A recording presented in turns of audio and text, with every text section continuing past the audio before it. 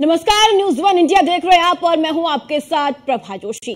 PM Modi की ताबड़तोड़ रैलियां हैं आज आगरा, बरेली और शाहजहांपुर में जनसभा प्रधानमंत्री की ओर से की जाएगी और बीजेपी प्रत्याशियों के समर्थन में जनसभा प्रधानमंत्री करेंगे।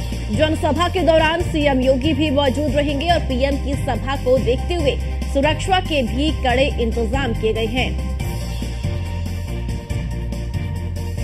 तो प्रधानमंत्री नरेंद्र मोदी आज ताबड़तोड़ रैलियां करेंगे, जहां आगरा, बरेली, शाहजहांपुर में जनसभा को संबोधित प्रधानमंत्री की ओर से किया जाएगा और बीजेपी प्रत्याशियों के समर्थन में ये जनसभा प्रधानमंत्री करने जा रही है।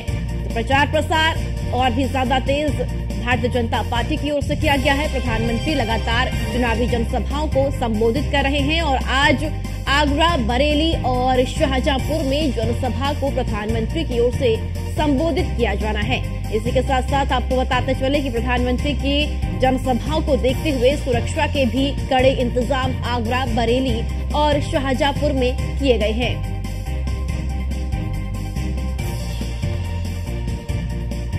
तो 3 लोकसभा क्षेत्रों में आज प्रधानमंत्री नरेंद्र मोदी की रैली है और पीएम मोदी की रैली को देखते हुए कार्यकर्ताओं में भी भारी जोश और उत्साह इस वक्त देखने को मिल रहा है।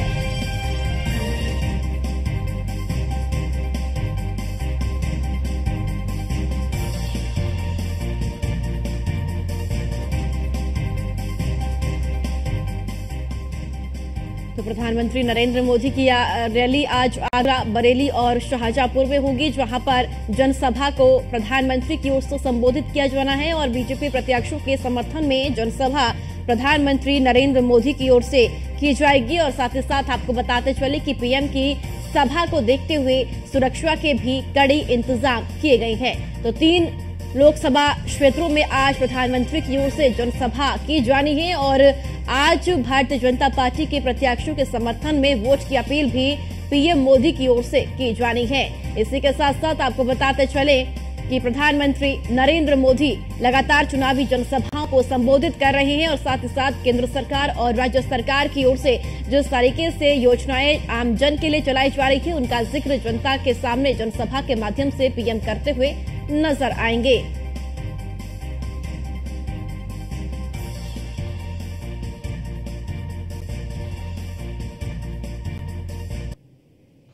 और चलिए ज्यादा जानकारी के साथ आगरा से हमारे संवाददाता कृष्णा त्यागी हमारे साथ जुड़ चुके हैं और बरेली से अभिषेक कुमार हमारे साथ है और शाहजहांपुर से दीपक दीक्षित हमारे साथ है।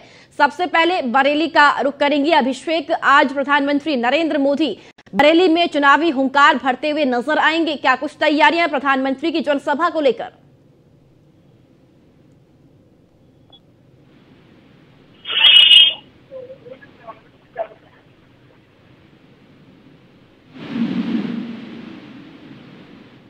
अभिषेक, फिर से मैं आपके पास लौटूंगी चूंकि आपकी आवाज दर्शकों तक नहीं पहुंच पा रही है। कृष्णा, आगरा में प्रधानमंत्री नरेंद्र मोदी की ओर से चुनावी जनसभा को संबोधित किया जाएगा, चुनावी हुंकार प्रधानमंत्री भरते हुए नजर आएंगे, क्या कुछ तैयारियां जनसभा को लेकर आगरा में की गई है? बिल्कुल प्रभा, मैं आपको बता दूं, आगरा में आज प्रधानमंत्री नरेंद्र मोदी का आगमन है, उसको लेकर लगभग तैयारी पूरी हो चुकी है। आपको सुरक्षा व्यवस्था की बात करें तो 3 लेयर में सुरक्षा व्यवस्था की गई है और 4000 से अधिक जवानों को तैनात किया गया है। रूट स्टॉप पे भी 100 से ज्यादा जगह ऐसी चिन्हित की गई है जहां पर पीएसी के जवान तैनात रहेंगे। और आपको बता दें कि पिछले करीब 1 सप्ताह से यहाँ पर अन्य फोर्स को भी हम तैनात किया गया है, जिस तरह से सुरक्षा में कोई चूक न हो और उनके रूट पर जो दुकानें हो, अन्य जगह है, उनको बिल्कुल पूरी तरह से खाली करा दिया गया और सभी चीजों को एक चीज पर निगरानी की जा रही है जिससे कोई भी सुरक्षा में चूक न हो। और यहाँ पर तैयारी की बात करें तो यहाँ पर जो मंच बनाया गया है, वहाँ पर मुख्यमंत्री के साथ तमाम मंत्री और तमाम विधायक और तमाम इस तरह के लोग वहाँ पर नजर आएंगे। और बिल्कुल आज यहाँ पर जो मंच और पंडाल जब देखेंगे वहाँ लाखों लोगों की संख्या में भीड़ देखने को मिलेगी। सुबह से ही लोग वहाँ पर तैयारी करने में जुटे हुए। आप पीछे की तस्वीर देखेंगे कि प्रधानमंत्री के आगमन को लेकर किस तरह से यहाँ पर आप तैयारी देखेंगे, किस तरह से सभी लोग इस तरह से आप देख सकते हैं कि प्रधानमंत्री के आगमन को लेकर सुबह से यहाँ पर आगमन को लेकर यहाँ पर जुटे हुए हैं। और देखें जिस तरह से जो प्रधानमंत्री के आगमन को लेकर मैडम सुबह से ही इंतजार करने में जुटी हुई, मैडम से बातचीत करेंगे। मैडम, किस प्रकार आज प्रधानमंत्री आ रहे हैं तो किस प्रकार का उत्साह और माहौल है आपके? सबसे ज्यादा हम लोग बातचीत कर रहे हैं देश के प्रधानमंत्री माननीय मोदी जी, वो हमारे आगरा में आ रहे हैं। पूर्व भी 2 बार इलेक्शन में वो आ चुके हैं, जीत चुके हैं और इस बार भी वो आ रहे हैं। तो सुबह से हम सभी नहा धो के तैयार होके उनकी आरती के हिसाब से हम लोगों ने सामान तैयार किया है, अपने अपने घरों को साफ सुथरा किया है, बच्चों को खिलाया है। और आप मेरे काफी बच्चे देख रहे हैं, ये बच्चों ने भी सुबह सुबह सोचकर फूल मालाएं वगैरह सब तैयार कर लिए। और हम ये चाहते हैं कि जब हमारे मोदी जी हमारे रास्ते में गुजरे तो इस रास्ते पर हम उनके लिए फूल की वर्षा करें और हम उनके लिए प्रार्थना करें कि इस बार भी वे इलेक्शन में भारी मतों से विजयी थे और दोबारा से हमारे प्रधानमंत्री बने और भारत को जो है बहुत सशक्त, विश्व में बहुत सशक्त दर्जा दिलाए। बिल्कुल, और भी लोग बच्चे के साथ मौजूद हैं, आप क्या कहना चाहेंगे? सुबह से ही आप प्रधानमंत्री के आगमन की तैयारी कर रहे हैं।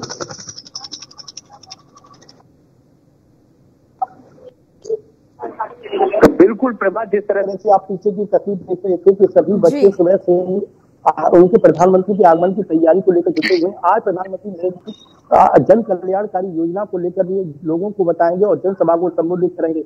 और बताया जा रहा है कि जो कांग्रेस बसपा सपा के जो प्रत्याशी हैं, उनको जो टीम है, उनके ऊपर भी अपनी जो जिस तरह से चाहते हुए नजर आएंगे। तो निश्चित तौर से कह सकते हैं कि आज प्रधानमंत्री नरेंद्र मोदी आज जनसभा को संबोधित करते हुए नजर आएंगे।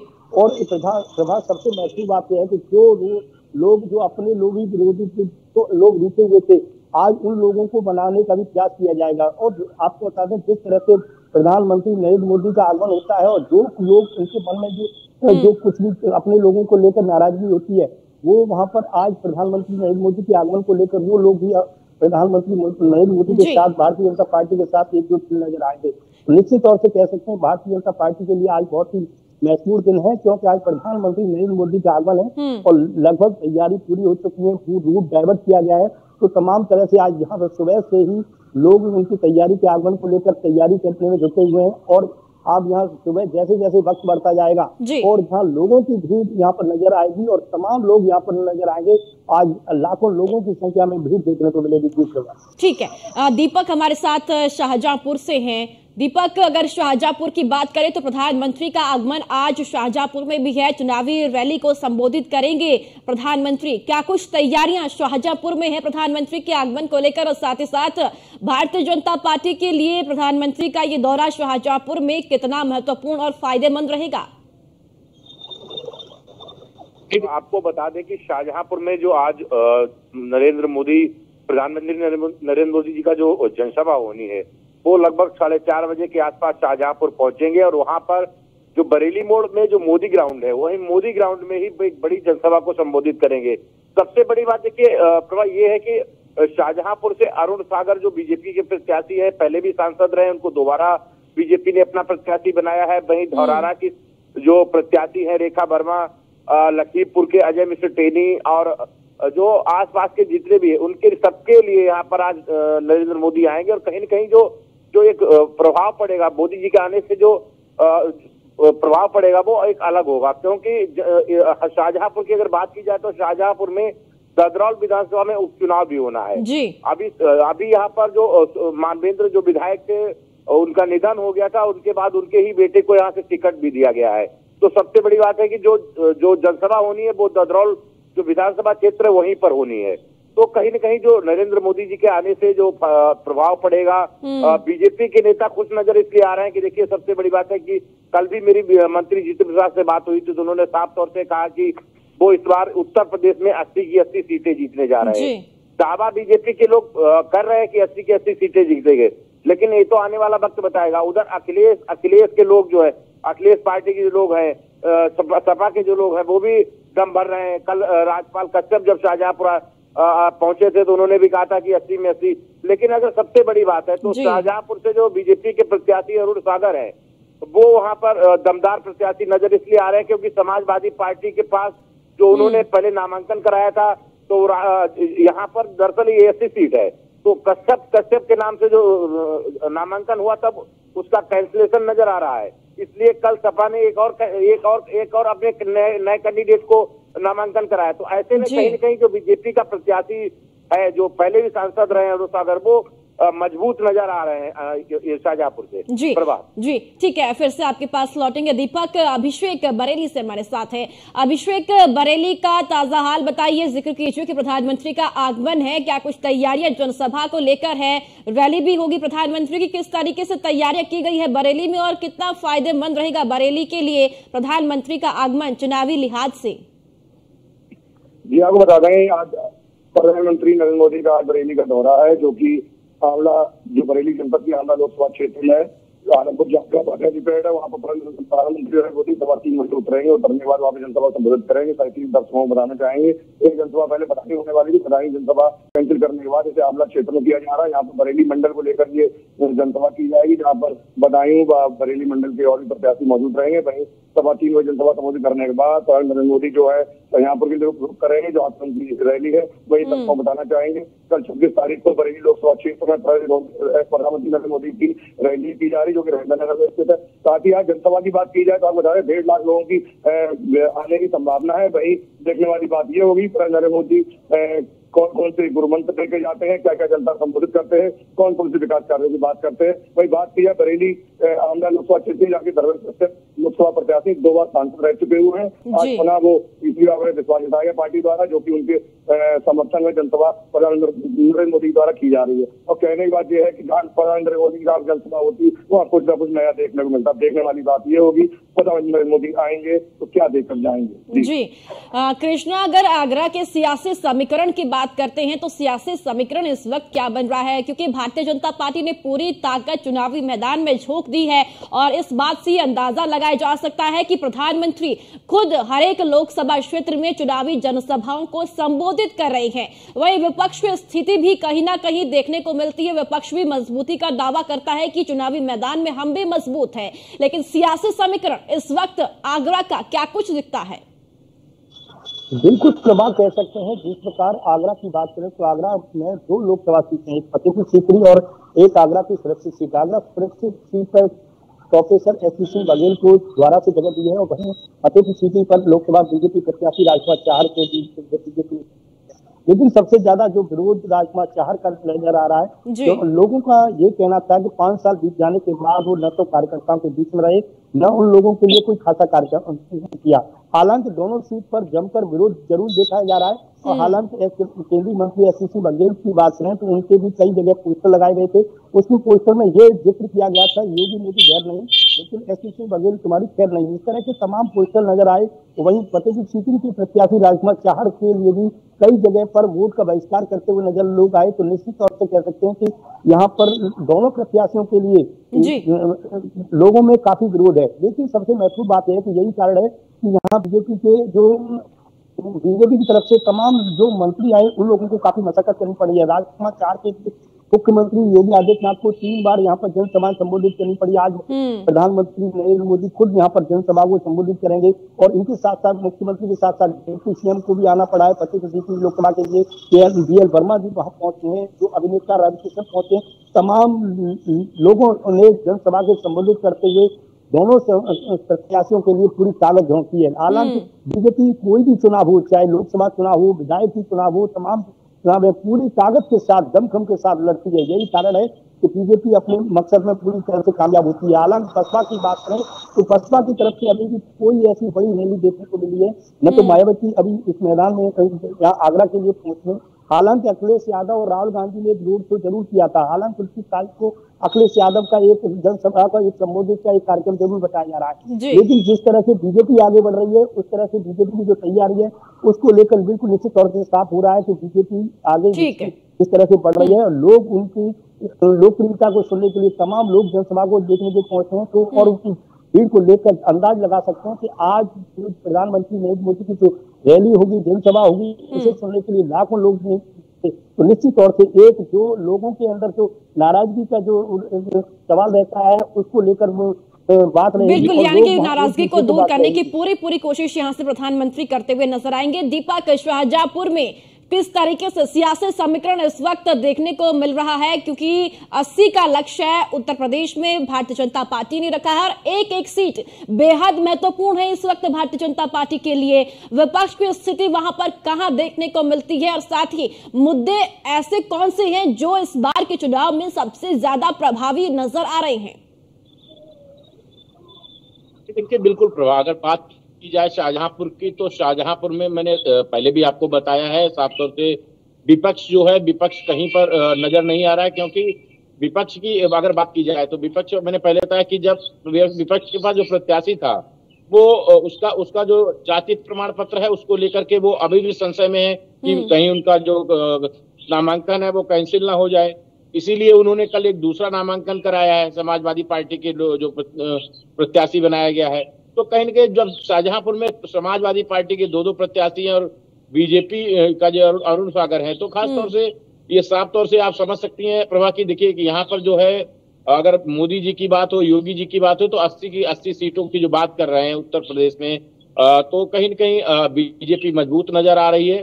और प्रधानमंत्री नरेंद्र मोदी की अगर दौरे की शाहजहांपुर की बात की जाए तो इससे बहुत बड़ा फर्क पड़ेगा। क्योंकि जिस तरह से प्रधानमंत्री शाहजहांपुर आ रहे हैं, लगभग 1 लाख से ऊपर भीड़ जुटाने की बात हुई है।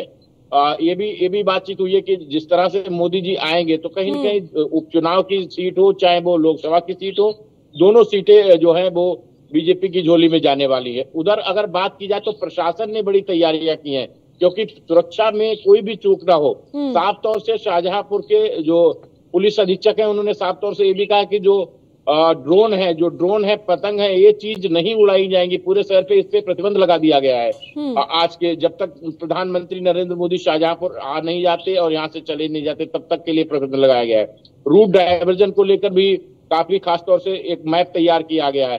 तो कहीं न कहीं प्रधानमंत्री जी के जो शाहजहांपुर पहुंचेंगे और उससे बीजेपी को फायदा होगा। और जो सांसद पहले भी रहे अरुण सागर यहाँ के, इस बार प्रत्याशी फिर उन्हें एक बार बीजेपी ने बनाया है, तो मजबूत नजर आ रहे हैं। और साफ तौर से दीपक, जो प्रत्याशी है भारतीय जनता पार्टी से चुनावी मैदान में, उनसे कितना खुश वहां की जनता नजर आ रही है? अगर बात चेहरे की करते हैं तो कई जगह ऐसा भी देखा जाता है कि जहां पीएम के चेहरे पर वोट डालने की बात जनता करती है, सीएम के चेहरे पर वोट डालने की बात करती है। शाहजहांपुर की स्थिति क्या है?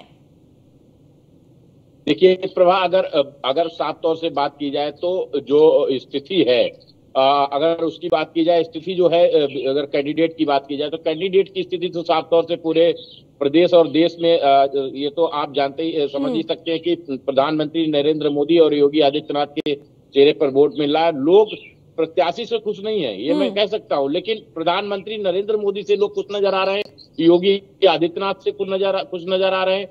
जो वोट जो मिलने वाला है बीजेपी को, वो सिर्फ और सिर्फ प्रधानमंत्री नरेंद्र मोदी को मिलने वाला है, योगी आदित्यनाथ को मिलने वाला है। इसीलिए अगर कैंडिडेट की बात की जाए तो कैंडिडेट का लोग उतना पसंद नहीं करते हैं। लेकिन बहुत से लोग हैं, ये लोग बहुत सी योजनाएं जो बीजेपी ने चलाई है, उस योजनाओं से लोगों को लाभ मिल रहा है और उस योजना की को लेकर ही नरेंद्र मोदी के लिए लोग उत्साहित नजर आते हैं। जी, अभिषेक, बरेली का जिक्र करते हैं तो बरेली में इस वक्त कैंडिडेट के अगर चेहरे की बात करते हैं तो चेहरा कितना प्रभावी है? वही सवाल आपसे भी जो दीपक से था कि पीएम के चेहरे को लेकर लोग वोट डाले जाते हैं और सीएम के चेहरे पर भी वोट डालने की बात यहाँ पर करते हैं।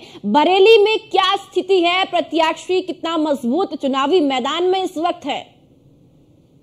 जी, आपको बता रहे हैं, न्यूज इंडिया टीम के द्वारा ग्राउंड जीरो पर पूरा सर्वे किया गया था। सर्वे के दौरान साफ तौर पर ये बात निकल के आई थी कि पीएम मोदी के नाम पर ही लोग वोट दे रहे हैं। तो प्रत्याशी की बात की जाए, जैसे कि हमारे साथी ने कहा था, पूरे देश ही प्रदेश में जितने प्रत्याशी हैं उन सभी प्रत्याशियों को पीएम मोदी नरेंद्र मोदी के नाम पर ही वोट मिल रहा है। जनता का साफ तौर पर कहना है, जो कि कहा गया है मोदी की गारंटी, तो कहीं ना कहीं मोदी की गारंटी जनता मान रही है। मोदी के चेहरे पर जनता चुनाव लड़ रही है, जनता को वोट दिया जा रहा है। बात की जाए बरेली, तो बरेली के आमला लोकसभा सीट पे घमासान मचा हुआ था, क्योंकि वहां पर बीएसपी समाजवादी पार्टी के जो प्रत्याशी था, बीएसपी प्रत्याशी के 2 पर्चे खारिज कर दिए गए थे, जिसको लेके बड़ा ही अपना पत्रिका माहौल था। कहीं ना कहीं मायावती को बीच में इन्वॉल्वमेंट दिखाना पड़ा तो वही साफ तौर पे बीएसपी प्रत्याशी ने आरोप भी लगाया था कि कहीं ना कहीं पर्चा खारिज कराने की साजिश की जा रही है। वही देखने वाला रोचक मामला है आंवला लोकसभा सीट से। वही बात की जाए जनता की, जनता कहीं ना कहीं नरेंद्र मोदी के नाम पर ही वोट दे रही है।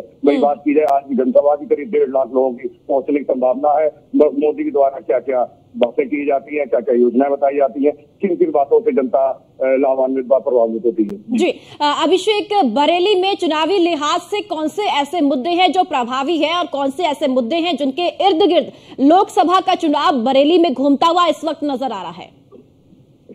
बरेली की बात की जाए तो बरेली में जो भी मुद्दे हैं, विकास कार्यों पर ही जनता वोट दे रही है। विकास कार्य व सुरक्षा व्यवस्था, दो चीजों पे वोट मिल रहा है बरेली की जनता की तरफ से। जिस तरह से इंडिया टीम लगातार ग्राउंड जीरो पे सर्वे करती है, भाई कहीं ना कहीं सब प्रत्याशी की बात की जाती है, प्रत्याशियों द्वारा साफ तौर पर उनका कहा जाता है प्रत्याशी को नहीं तो सिर्फ नरेंद्र मोदी को देख रहे हैं, विकास कार्यों को देख रहे हैं। और कहीं ना कहीं इस बार राम मंदिर जो कि बनाया गया हिंदू के आस जुड़ा हुआ एक विषय है, उसको लेकर भी जनता के द्वारा भरपूर वोटिंग मिलने की संभावना है।